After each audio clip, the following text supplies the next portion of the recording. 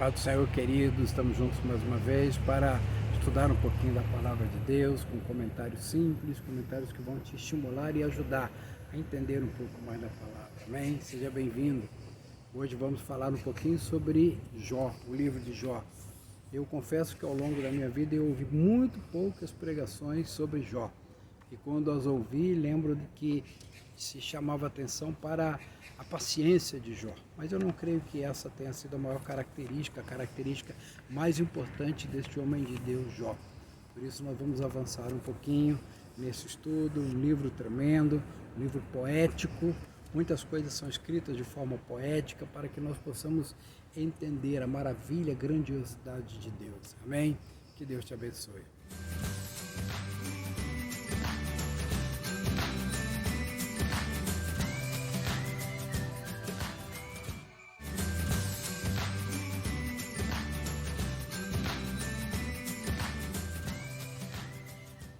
A primeira coisa que precisamos entender é quem é Jó. E temos que entender como ele era como homem, o seu relacionamento e como era o seu relacionamento com Deus. Lá no versículo 3, há algo muito importante do capítulo 1, algo muito importante que diz assim: Jó era o homem mais rico do Oriente. Na verdade, era o mais rico do mundo, porque praticamente era aquela região onde era habitada. E ele era o homem mais rico do mundo. Então você está estudando sobre o homem mais rico do mundo. Tremendo, né? E qual era o seu relacionamento para com Deus? O importante é que Deus dá um testemunho de Jó. Muitas vezes você dá testemunho do que Deus fez na sua vida, mas nesse caso é Deus que dá um testemunho a respeito de Jó. E no versículo 8 ele diz assim: porque ninguém há na terra semelhante a ele, homem íntegro, reto, temente a Deus e que se desvia do mal. Essa era a informação, o depoimento, o testemunho que Deus tinha de Jó. Não era um amigo seu, não era alguém ligado a ele, mas era o próprio Deus. Isso é muito importante. Deus confiava em Jó. O livro de Jó foi escrito por Moisés. Possivelmente seja o livro mais antigo do mundo. Ou seja, quando Moisés escreveu o Pentateuco, Gênesis, Êxodo e assim por diante, ele já tinha escrito sobre o livro de Jó, já tinha escrito sobre Jó. Possivelmente ele tenha conhecido, tenha ouvido falar, mas este livro é o mais antigo da Bíblia. E aqui fala exatamente sobre a história deste homem que Deus confiava. Um dia, quando os filhos de Deus se aproximaram do Senhor para adorá-lo, no meio desse grupo também foi Satanás e começou a acusar Jó. Talvez você fique pensando, como é que é a situação, os filhos de Deus, Satanás? É mais ou menos assim, ó, domingo na igreja, momento do louvor e da adoração, presença de Deus ali muito forte, nós, servos de Deus, adorando o Senhor. De repente, ali no meio, alguém que tem inveja, tem ciúme, alguém que ambiciona as coisas dos outros e começa a olhar, uma irmãzinha olha para outra e fala: olha o vestido dela, como é bonito, e olha lá o que está acontecendo com ela, olha aquele relógio. A outra fala: ih, fulano está namorando, casou e eu estou aqui solteiro. O outro rapaz olha para ele e fala: ele está ganhando muito dinheiro, o carro dele. E quando vem esse sentimento de inveja, esse sentimento de ciúme, esse sentimento de desejo, Satanás está nisso. Porque Deus não trabalha com ciúme, inveja, desejos. Então no meio do povo de Deus vai alguém usado por Satanás e começa a acusar. Assim como Satanás falou para Deus: isso é mole, Jó, ser fiel a você. Afinal de contas, ele tem tudo. Ele é o homem mais rico do mundo. Assim é fácil ser fiel. Talvez alguém dentro da igreja fale a mesma coisa. É fácil ele estar adorando. Olha o carrão que ele tem. Olha o salário que ele ganha. Olha como ele é bonito. Da mesma forma aconteceu. E Deus fala com Satanás: você pode tirar o que você quiser de Jó, e ele vai continuar sendo fiel a mim. Eu te dou autorização, você só não pode tocar na vida dele. E assim Satanás fez. Tirou todos os bens, tirou toda a riqueza, tirou os filhos, tirou os amigos, tirou a sua saúde. A Bíblia conta que Jó, a sua pele tinha se colado ao osso. Ele não tinha mais vigor. Ele vivia cheio de feridas, lançado pelo campo, lançado em todo lugar. Satanás só não tirou a sua esposa. Eu entendo que Satanás talvez tivesse preservado a sua esposa para fazer com que ela fosse uma segunda Eva. Tanto é que a palavra diz que a sua esposa chegou para Jó e falou: Jó, amaldiçoa a Deus e morre. Propôs a ele o suicídio, mas Jó logo se levanta e repudia essa palavra e fala: eu jamais vou amaldiçoar a Deus, eu jamais vou me afastar de Deus.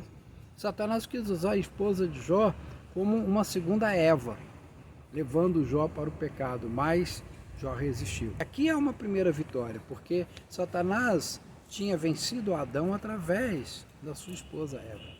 E agora o que acontece é que Satanás perdeu a primeira guerra, perdeu o primeiro ataque contra Jó.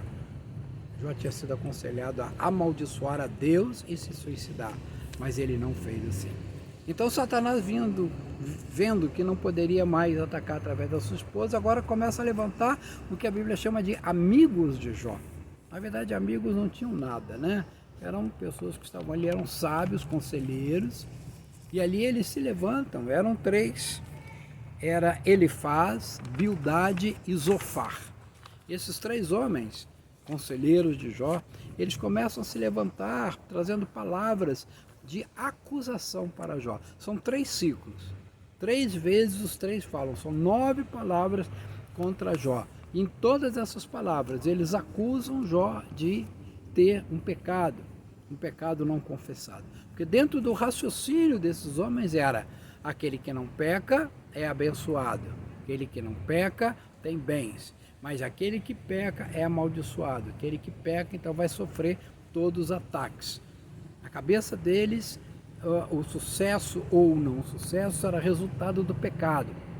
Se Jó estava rico, poderoso e perdeu todas as coisas, agora naquela situação lamentável, a única explicação para eles é que tinha um pecado oculto. E nós vemos que o próprio Deus testemunha de Jó como fiel. Jó era sacerdote da sua casa, ele ia lá e fazia sacrifício pelos seus filhos. Jó ajudava as pessoas. Ao longo do livro você vê Jó, quando se defende, fala: mas eu ajudei a todos, eu não deixei ninguém passar fome perto de mim. Basta dizer que Deus tinha um depoimento favorável a favor de Jó. Então o que acontece?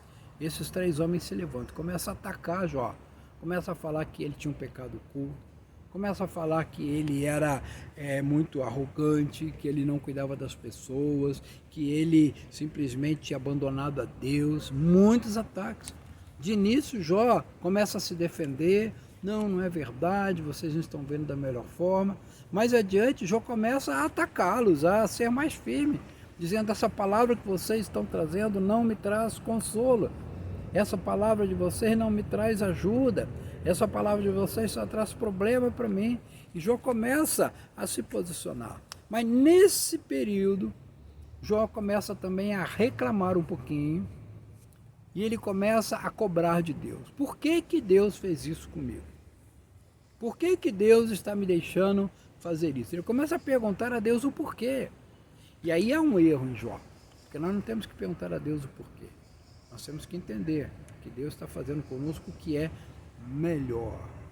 Mas Jó começa a questionar a Deus, começa a perguntar a Deus e a cobrar de Deus uma explicação. Mas uma coisa que vemos ao longo do livro é que Jó não tinha intimidade com Deus. Naquele momento, Deus era um Deus distante, porque depois do pecado, quando Adão então se afasta de Deus, não há mais aquela comunhão. Lá no Jardim do Éden, o Senhor vinha toda tarde para conversar com Adão, mas depois do pecado, essa intimidade, esse relacionamento com Deus deixa de existir. Depois desse período onde os conselheiros de Jó começam a acusá-lo, ele começa a se defender, surge um 4º homem, chamado Eliú. Ele era jovem, ele diz que ele ficou calado até então porque ele não queria interromper os mais velhos, os idosos. E ele levanta e fala, e a partir do momento que ele se levanta e começa a falar, os outros 3 se calam completamente. E ele simplesmente relata aquilo que ele estava entendendo. Deus é soberano. Os 3 conselheiros anteriores falavam que um justo nunca vai passar por dificuldade, assim como um ímpio nunca vai ter bênção. E Eliú vem exatamente com uma palavra contrária. Jó já tinha falado isso, ele fala, um justo pode passar por dificuldade sim, e um ímpio pode ter progresso, pode ter prosperidade sim. E nós vemos isso hoje, querido. O fato de ter prosperidade e sucesso não determina se está sendo dirigido por Deus ou não. Ao longo da história nós vimos isso. Durante séculos, o Império Romano teve total sucesso no mundo, dominou várias nações. E hoje mesmo nós vemos, né, até regimes governamentais que de início parecem ter sucesso, as pessoas acreditam nisso, mas a sua base, o seu miolo, são atitudes contra os princípios de Deus. O fato de estar dando sucesso, o fato de estar em prosperidade, não quer dizer que tem a aprovação de Deus. Mas também o fato de estar passando por lutas e por dificuldades, não quer dizer que está em pecado, que tem a reprovação de Deus. Muitos justos estão passando por lutas porque o Senhor assim permite por alguma razão. Ou porque quer tratar aquela vida, quer melhorar aquela vida, ou porque aquela vida vai servir como exemplo para outros. No caso de Jó é muito claro, porque Satanás achava que poderia fazer com Jó a mesma coisa que com Adão, e ele descobriu que não podia. Satanás também aprendeu que ele pode tocar nas pessoas e elas continuarem sendo fiéis. Também ele aprendeu e ele sabe que ele só pode fazer algo com as pessoas se Deus assim permitir. E esse é um ponto muito importante, porque tem um verso na Bíblia que diz, né? Aquele que é fiel ao Senhor, Satanás não lhe toca. E muitos fiados nessa promessa, eu sou servo de Deus, Deus não vai me tocar. Mas a palavra de Deus diz que aqueles que são fiéis ao Senhor e guardam os seus mandamentos. O fato de você ser crente, membro da igreja, quem sabe até um líder na igreja, não impede que Satanás venha tocá-lo. Por quê? Porque se a brecha na sua vida, ele pode tocar. E além disso, Deus pode permitir para que haja a execução, a conclusão de um plano maior. Foi o caso de Jó. Deus queria aperfeiçoar Jó. Deus queria ensinar-nos hoje, no século 21, nós estamos aprendendo sobre Jó. Por isso Deus permitiu que Jó fosse tocado. E quando Eliú se levanta, aí o que acontece? Ele começa a mostrar para os amigos de Jó que eles estavam errados, os repreende. Mas repreende também a Jó, mas não declarando que Jó tinha um pecado prévio. A repreensão de Eliú sobre Jó é: por que você está cobrando a Deus? Por que você está se lamentando? Quem é você para cobrar a Deus, para pedir explicações a Deus? E Eliú termina a sua fala, então entra Deus falando. A parte final do livro é Deus falando, mostrando as suas maravilhas, mostrando todas as coisas que foram feitas. Ele até pergunta a Jó: onde você estava quando eu criei o mundo? Jó não existia. E tem pelo menos um capítulo inteiro e mais um pedaço descrevendo um ser. Alguns acham que é o crocodilo, alguns falam que é o hipopótamo, alguns podem dizer que seja um dos principados, né, Leviatã, mas eu vejo como sendo a própria figura de Satanás representado por um dos seus seguidores, porque ali várias características apontam para Satanás. Primeiro, foi Satanás quem pediu para atacar a vida de Jó, e era ele o grande inimigo de Jó. A segunda coisa fala assim: não há ninguém no mundo que possa te vencer. E várias descrições, né? Nós sabemos que é Satanás. Ele pode estar sendo representado por Leviatã, pode estar sendo representado por um dos seus principados, mas ali Deus mostra para Jó que esse inimigo que se levanta, ele era poderoso. Há uma descrição das características poderosas desse inimigo. Então muitos dizem: Satanás não tem poder. Essa descrição mostra que Satanás tem poder. Mas nesse momento, Jó começa então a ouvir Deus, a conversar com Deus. E Jó então se arrepende. Nos últimos capítulos, Jó pede perdão, não pelo um pecado que tenha existido antes da sua queda, não. Ele pede perdão porque durante a sua queda, ele se levanta contra Deus, ele pede explicações a Deus, ele murmura, cobra de Deus. Não cabe a nós cobrarmos de Deus, não cabe a nós perguntarmos a Deus. Nós temos que perguntar: Senhor, tu queres que eu faça alguma coisa? Qual o objetivo disso que está acontecendo? Qual é o caminho que eu devo seguir? Mas não cobrar no sentido de que Deus nos deva explicação. Deus não deve explicação nenhuma. Ele é soberano. E nesse momento, então, Deus começa a ter intimidade com Jó e Jó com Deus. E ele fala, para mim, a frase principal do livro de Jó: eu te conhecia de ouvir falar, mas agora meus olhos te veem. Nesse momento, Jó passa a ter uma intimidade com Deus. E nesse momento, então, Deus começa a agir e restaurar toda a sorte de Jó, porque o objetivo que existia, que era o aperfeiçoamento de Jó, era mostrar que Satanás é derrotado mais uma vez, por mais poder que Satanás tenha, toda aquela descrição. E quando diz que ninguém no mundo pode vencer a esse inimigo, mas Jó venceu, porque não foi ele, foi através do Senhor. E aí o Senhor repreende os 3 amigos de Jó, dizendo: vocês falaram o que eu não mandei. Isso é muito importante para nós que somos conselheiros. As pessoas que nos buscam, elas querem ouvir algo de Deus. E não o que nós achamos, o que nós vemos, o que nós pensamos, a experiência que temos. Os 3 conselheiros de Jó trabalharam dessa forma.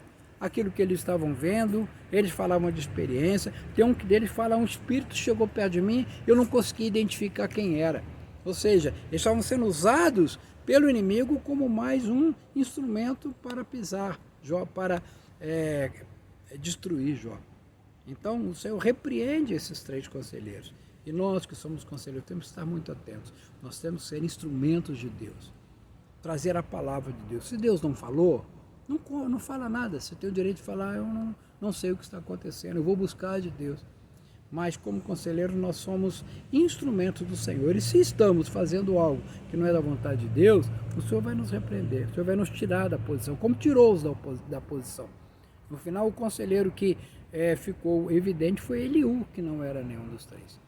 E eles então se arrependem, porque Deus fala com eles: vai lá, faz um sacrifício de arrependimento e vai pedir perdão a Jó. Então eles vão pedir perdão a Jó. Nesse momento, Jó, ao invés de querer repreendê-los, rejeitá-los, mas Jó fala: não, eu vou te perdoar. E a Bíblia diz: Deus restaurou a sorte de Jó no momento em que ele orava pelos seus amigos. Jó poderia muito bem dizer: vocês não se viram de nada no momento mais difícil, eu quero distância de vocês, mas não, ele orou pelos seus amigos. Querido, uma das coisas que eu tenho visto mais comum hoje em dia, até dentro da igreja, é exatamente isso. Por causa de algo que alguém fez, que não foi do agrado da pessoa, ou às vezes até não sendo da vontade de Deus, as pessoas simplesmente cortam, separam, lançam por terra.